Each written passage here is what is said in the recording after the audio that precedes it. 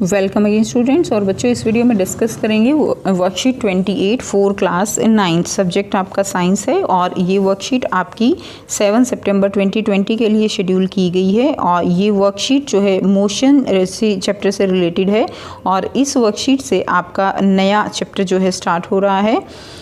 So now let's start. जिज्ञासा दीदी, what is motion? So motion क्या है? ओके ज्ञान, when an object changes its position, कोई भी ऑब्जेक्ट है जो अपनी पोजीशन चेंज कर रहा है with respect to other object, यानी अदर ऑब्जेक्ट्स के कंपैरेटिवली जो ऑब्जेक्ट है उसकी क्या पोजीशन है अलॉन्ग विद द टाइम।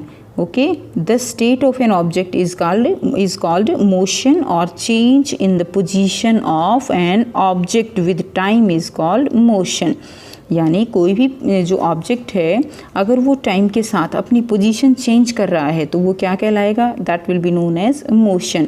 इसका एग्जांपल भी बच्चों आप ले सकते हो कि अगर आप गाड़ी में कहीं जा रहे हो तो आप देखते हो कि जो भी वहाँ पर जो बिल्डिंग्स हैं या पेड़ हैं वो सब आपको पीछे जाते हुए नज़र आते हैं।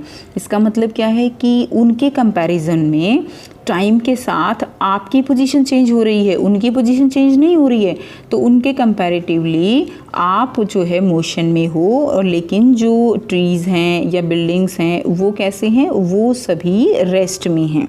ओके उनकी पोजीशन चेंज नहीं हो रही है, पोजीशन आपकी चेंज होती है। So you are in the motion. Now in physics there are two state of an object। okay physics में जो है two state हैं ऑब्जेक्ट की। फर्स्ट इज स्टेशनरी, स्टेशनरी का मतलब क्या होता है? At rest. and second is in motion, in motion means moving state। so when an object does not change its position with respect to other stationary object, the object is said to be at rest, like tree, pillar, building। यानी एक object जो है दूसरे object के comparatively अगर position change ही नहीं कर रहा है सो वो स्टेट कौन सी होगी? That will be the stationary. and second, when an object changes its position with respect to other stationary object, then the object is said to be in motion। अगर change हो रही है पोजीशन तो क्या होगा? That will be the motion. For example walking, moving car. ठीक है, generally motion जो है it is of three types की मोशन होती है। फर्स्ट इज़ लीनियर और रेक्टिलीनियर मोशन। सो लीनियर और रेक्टिलीनियर मोशन क्या है? When an object move along straight line, कोई भी ऑब्जेक्ट जब जो है स्ट्रेट लाइन में मूव करता है, लाइक ट्रेन जो है वो पटरी पर मूव कर रही है, that is the rectilinear motion और linear motion. Next is oscillatory motion, when an object move to and fro from its mean position. To and fro यानी अगर आपने जो आप झूला झूलते हो, आपने झूला देखा है तो वो जो झूला है वो कुछ इस तरह की टू एंड फ्रो मोशन होती है। So that is the oscillatory motion. इसके अलावा जो अलार्म क्लॉक है उसका पेंडुलम भी आपने देखा होगा, तो जो पेंडुलम है वो एक बार इधर ऐसे जो है वो गति करता रहता है ऐसे। ठीक है, तो ये जो मोशन होगी पेंडुलम की that will be the oscillatory motion. Next is circular motion. नाम से ही पता चल रहा है यानी कोई भी ऑब्जेक्ट जो है एक सर्कुलर पाथ में मूव करेगा। Okay with having its mean position.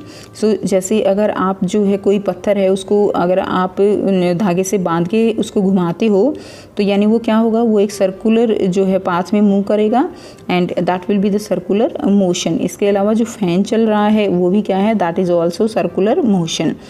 दीदी, व्हाट आर फिजिकल क्वांटिटीज़? तो फिजिकल क्वांटिटीज़ क्या होती हैं?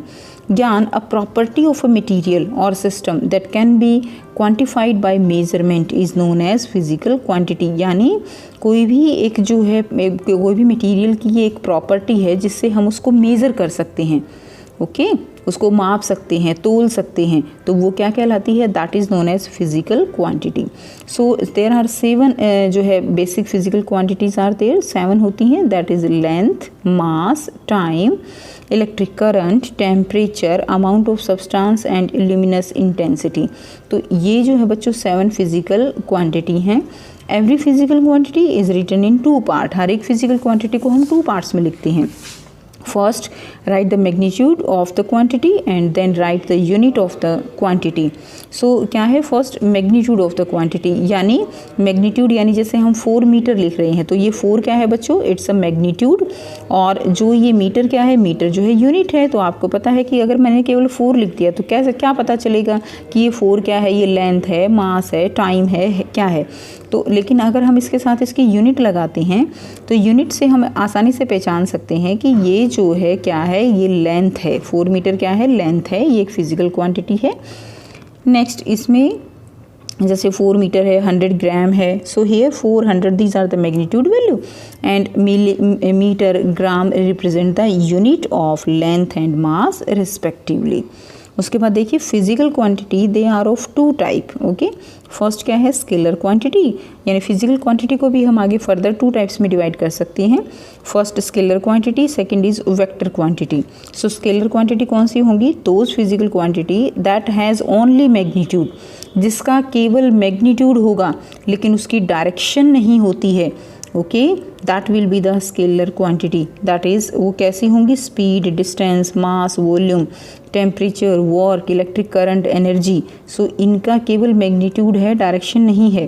सो ये क्या कहलाएंगी, these are the scalar quantity. Second हम बात करेंगे वेक्टर क्वांटिटी।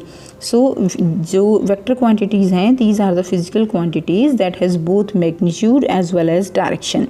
मैग्नीट्यूड भी होगा, डायरेक्शन भी होगी, तो वो कैसी क्वांटिटी होंगी, that will be the vector quantity. For example velocity, force, momentum, acceleration, displacement, these are the example of vector quantity. यानी अगर हम बच्चों सिंपल बात करते हैं कि हम जो है 4 मीटर की हमने डिस्टेंस कवर करी, ठीक है, यहाँ पर हम डिस्टेंस की बात कर रहे हैं क्योंकि हम डायरेक्शन की बात नहीं कर रहे, ठीक है। किसी भी डायरेक्शन में हम 4 मीटर गए तो ये क्या है, ये डिस्टेंस है। ओके, लेकिन अगर हम बात करते हैं कि हम जो है 4 मीटर नॉर्थ डायरेक्शन में गए, ओके, हम यहाँ पर डिस्टेंस के साथ साथ जो है इसकी बात कर रहे हैं, डायरेक्शन की बात कर रहे हैं, तो ये क्या बन जाता है, ये एक तरह से क्या है, डिस्प्लेसमेंट है। ओके, तो यहाँ पर हम डायरेक्शन की बात करेंगे तो वो क्या है, वो एक वेक्टर क्वांटिटी है, जैसे फोर्स में है, मोमेंटम में है, एक्सेलरेशन है। Okay, so these are the vector quantity. Next हम बात करें तो क्वेश्चंस जो है आपके गिवन हैं, तो अगर आपने ये वर्कशीट जो है अगर अच्छे से क्लियर है तो वर्कशीट आसानी से सॉल्व कर सकते हो, सारे आंसर वर्कशीट के अंदर ही हैं। What is motion, first question है आपका, तो मोशन की जो डेफिनेशन है वो हमने अभी देखी ही। सो यहाँ से आप इसको लिख सकते हो, when an object change its position with respect to other object along with time, this state of an object is called motion और change in the position of an object with time is called motion। तो यहाँ तक जो है आप first का answer लिख सकते हो। ओके, वीडियो पॉज करके आप इजीली आंसर लिख सकते हो। नेक्स्ट क्वेश्चन क्या है, name all basic physical properties. तो बेसिक फिजिकल जो प्रॉपर्टीज़ हैं वो क्या हैं, लेंथ, ठीक है, mass, time, electric current, temperature, amount of substance, luminous intensity. तो there are total 7 basic physical quantities. Okay, second का आंसर हो जाएगा। थर्ड क्या है हमारे पास, what are scalar and vector quantity. तो ये आंसर जो है यहाँ से थर्ड का आंसर है, स्केलर क्वांटिटी और vector quantity with example given है। Next, write 5 example of each moving as well as stationary object from your surroundings.